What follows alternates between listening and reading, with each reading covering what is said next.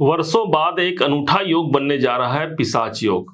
शनि और राहु जब किसी स्थान पर एकत्रित होते हैं तब बन जाता है ये योग। क्या होगा इस योग के माध्यम से? बहुत से कार्य ऐसे हैं जो अपने मुकाम को, अपने लक्ष्य को प्राप्त करने वाला है, तो वहीं पर कुछ ऐसे भी बातें होंगी जहां पर हमको सावधानी रखने की आवश्यकता भी रहेगी। उपाय के सहित ये वीडियो आपके समक्ष प्रस्तुत है। आज हम जानेंगे कि इन 50 दिनों में, जो कि 29 मार्च से लेकर के 18 मई 2025 तक रहेगा, इन 50 सालों में कौन से वो मार्ग हैं जिस पर चलकर हम सफलता के मुकाम को शीघ्र अतिशीघ्र प्राप्त कर पाते हैं। वास्तव में ये पिशाच योग जब बनता है ना, तब किसी अतृप्त आत्मा की जब शांति नहीं होती तब उसे एक योनि की प्राप्ति होती है जिसे पिशाच योनि कहा जाता है। अर्थात ये एक ऐसा समय है जहां पर हमारी कोई अधूरी कामना है उसको पूरा करने का ये समय है। अर्थात राहु वो ग्रह है जो हमारे अंदर एक दिलचस्पी पैदा करता है, राहु वो ग्रह है जो हमारे अंदर दीवानगी पैदा करता है, और शनि हमारा कर्म है, हमारा कैरियर है। अर्थात जो भी काम हमने अपने हाथों में लिया है उसके प्रति दीवानगी इस समय पर सर्वाधिक अधिक रहेगी, और यही शनि राहु का शापित योग एक वरदान के रूप में काम करते हुए अगले 50 दिनों तक एक महत्वपूर्ण समय को हमारे जीवन में जन्म देगा।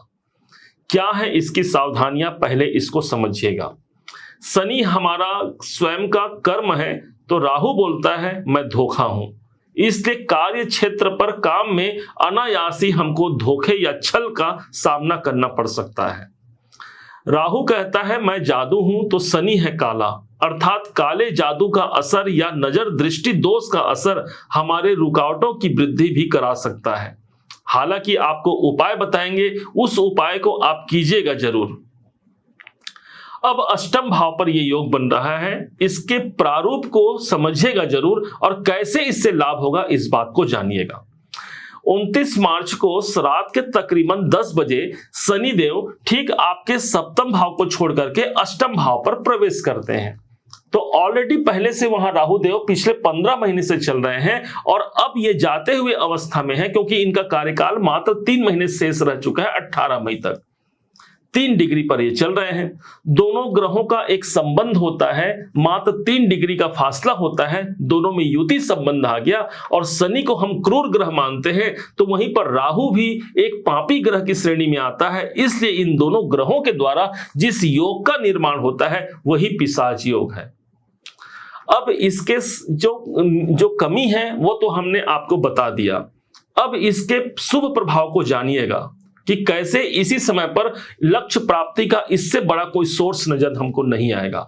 शनि यदि हमारा कर्तव्य है, हमारा कर्म है, तो राहु बोलता है मैं किसी इवेंट को 10x करता हूं, अर्थात 10 गुना बढ़ोतरी का ये सबसे अच्छा सूचक होगा आपके कैरियर में, क्योंकि शनि की ऑलरेडी कैरियर भाव पर इनकी तीसरी दृष्टि पड़ रही है। राहु इनका साथ देंगे, क्योंकि यथा शनि तथा राहु कहा गया है। कोई अधूरी काम है, कोई अधूरी कामना है, उस कामना के लिए आप काम करते हैं, क्योंकि राहु के पास वो मानसिकता थी कि किसी प्रकार से मुझे अमृत का पान करना है, और यही हमारे अंदर मौजूद होगी। अर्थात इसका शुभ प्रभाव हमको जातक को मिल गया। शनि जहां पर जिस स्थान से सप्तम भाव से शनि आ रहे हैं, और राहु अभी 3 महीने बाद जब सप्तम भाव पर जाएंगे, दोनों ग्रह एक दूसरे को उस घर के कार्य प्रणाली को साझा करेंगे कि भाई तुम सप्तम भाव पे जा रहे हो राहु, संभल के रहना, सप्तम भाव में ये काम मिलेगा। अर्थात राहु को रास्ता मिल गया सफलता का, और दूसरी तरफ शनि को वो रास्ता मिल गया जो राहु ने बताया कि कैसे इस घर को हमको सटीक बनाना है, कोई रुकावट और विलंब कैसे नहीं आना है।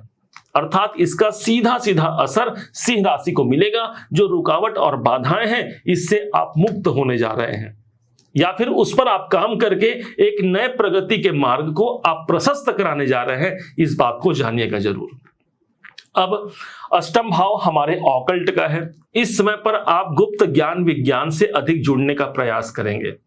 एस्ट्रोलॉजी के प्रति आपकी जिज्ञासा बढ़ेगी, और यही नहीं बल्कि इस स्थान पर कोई ऐसा कार्य भी हो सकता है जो गुप्त यदि आप कर पाए तो ये आपके लिए सर्वाधिक महत्वपूर्ण होगा। अष्टम भाव स्वयं गुप्त है, और शनि राहु का कॉम्बिनेशन हमको गुप्त कार्य करने की अनुमति देता है।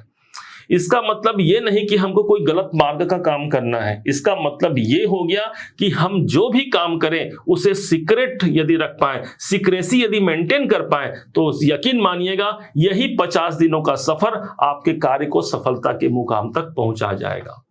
अब यही अष्टम भाव वो स्थान हो गया जहां हम मानते हैं बदलाव, और राहु से बड़ा बदलाव करने वाला कोई ग्रह नहीं है, जिसका समर्थन मिल गया शनि को। इसलिए बहुत से लोग जो अपने कार्य क्षेत्र पर कोई बदलाव चाहते हैं, यही वो समय होगा जहां पर हम कार्य क्षेत्र पर काम करते हैं और कहीं अन्य जगह पर हमारा ट्रांसफर हो सकता है।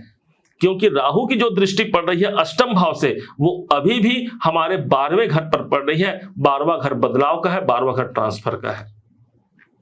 शनि और राहु दोनों की एक दृष्टि पड़ती है, 7वीं दृष्टि, और वो जा रही सीधे धन भाव पर। इसलिए राहु शनि दोनों कॉम्बिनेशन धन भाव पर है। धन से जुड़े हुए कार्यों पर हम काम करते हैं, बस इतना ध्यान रखना है कोई छल या छलावा भी हो सकता है, क्योंकि राहु हमेशा छल से ही कार्य को पूरा कराएगा। इसलिए पैसों के लेन देन पर आपको सहज किसी पर विश्वास इस टाइम पीरियड पर नहीं करना है। और बाकी राहु शनि एक संग रहेंगे, आपके कार्य क्षेत्र से धन दिलाना इनका काम है, धन भाव पर इनकी दृष्टि रहेगी। फैमिली परिवार के लिए कुछ बेहतर काम कर सकते हैं, उनके प्रोग्रेस के लिए कोई अच्छा काम कर सकते हैं। और यहां पर शनि की जो दृष्टि पड़ेगी वो सीधे पंचम भाव पर पड़ेगी। संतान के लिए कोई बेहतर काम हो सकता है। आप यदि एजुकेशन प्राप्त कर रहे हैं, विद्यार्थी हैं, शिक्षा के लिए आपके अंदर वो मानसिकता देगा नहीं है कि मुझे किसी प्रकार से अपने लक्ष्य को हासिल करना है, और इसी कारण से इस समय पर आप बड़े बड़े डिसीजन ले पाते हैं। और उस डिसीजन में आपको एक बार नहीं बल्कि 2 बार 4 बार सोचने की आवश्यकता रहेगी, और तभी उस कार्य पर आप आगे बढ़ेंगे। यही निर्णय क्षमता को आपका बिगाड़ भी सकता है, इस बात को मत भूलिएगा। क्योंकि राहु के अंदर भय और भ्रम है।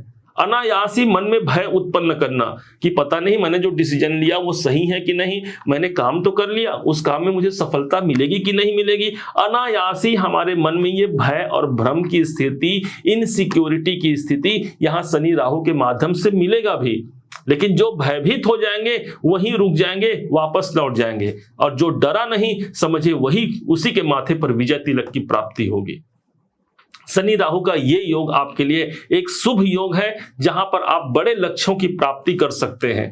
बस मन से भय और भ्रम को निकालिएगा, निरंतरता बना करके अपने कार्य क्षेत्र पर अग्रसित रहिएगा, क्योंकि राहु को रुकना नहीं आता और शनि हमारा कर्म है। इसलिए इस टाइम पर कोई काम आपके रुकेंगे नहीं, आगे बढ़ेंगे। और अष्टम भाव हमारे जीवन में बदलाव का होता है। जो रुकावटें हैं उस रुकावटों को पार करके आप अपने जीवन पर कोई नया परिवर्तन कायम कर पाते हैं। यह शनि राहु का कॉम्बिनेशन है। 3 उपाय आपको बताने जा रहे हैं, तीनों उपाय कीजिए, एक उपाय कम से कम तो कर ही लीजिएगा। सबसे पहला जो उपाय होगा, राहु को कहा गया है मलेच्छ, अर्थात जो स्वीपर का काम करते हैं, जो गंदगी साफ करते हैं, उसे राहु से जोड़ा जाता है। और शनि को कहा गया है छतरी, अर्थात इन दिनों पे जो शनिवार का दिन पड़े उसमें एक छतरी का दान हमको किसी स्वीपर को कर देना है, या फिर न मिले तो कोई भीख मांगने वाला, कोई जरूरतमंद को एक छतरी का दान जरूर कर दीजिएगा। और ध्यान रखेंगे जब तक एक दान न दिया जाए, धन न दिया जाए, तब तक वो दान की सार्थकता नहीं होती। इसलिए जब भी आप छतरी का दान करें, कुछ धन उसमें, चाहे 1 रुपए हो, चाहे 100 रुपए हो, 1000 रुपए हो, आप उसमें साथ में आप जरूर दीजिएगा। दूसरा होगा भगवान देवाधिदेव महादेव के शिवलिंग पर सरसों के तेल से अभिषेक करना। राहु और शनि दोनों के लिए सरसों का तेल कहा गया है। सरसों के तेल से अभिषेक कीजिएगा, भगवान शिव के नाम स्मरण करते हुए आप कीजिएगा। अपनी कामना को भगवान से रखिएगा, निश्चय मानिए इसी समय पर हमारी कामनाएं की पूर्ति भगवान देवाधिदेव महादेव की कृपा से मिल जाती है। तीसरा उपाय होगा, घर के पश्चिम दिशा में जो शनि का स्थान है, एक कपूर लीजिए और एक लौंग, इसे जला करके रख दीजिए। निश्चय मानिए इससे जो शापित योग के दुष्प्रभाव हैं वो हम तक नहीं पहुंचेंगे। कम से कम प्रत्येक दिन कर पाए बहुत अच्छी बात है, लेकिन शनिवार को के दिन तो कर ही लेना है। और इस प्रकार यही शापित योग में हम बड़े लक्ष्य को प्राप्त कर पाते हैं, अपने जीवन को उन्नति के मार्ग तक पहुंचा पाते हैं।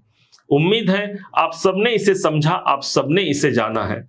यदि आपने इसे समझा है, जाना है, मेरे समझाने का प्रयास यदि आपको सार्थक लगा हो, मेरे समझाने का तरीका यदि आपको सार्थक लगा हो, तो हर बार की भांति इस बार भी अपना प्यार भरा लाइक और कमेंट करना कभी मत भूलिएगा।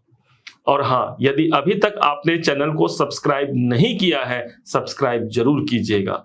पुनः एक बार फिर आप सभी का दिवस बहुत मंगलमय हो, इन्हीं शुभकामनाओं के साथ। जय श्री राम।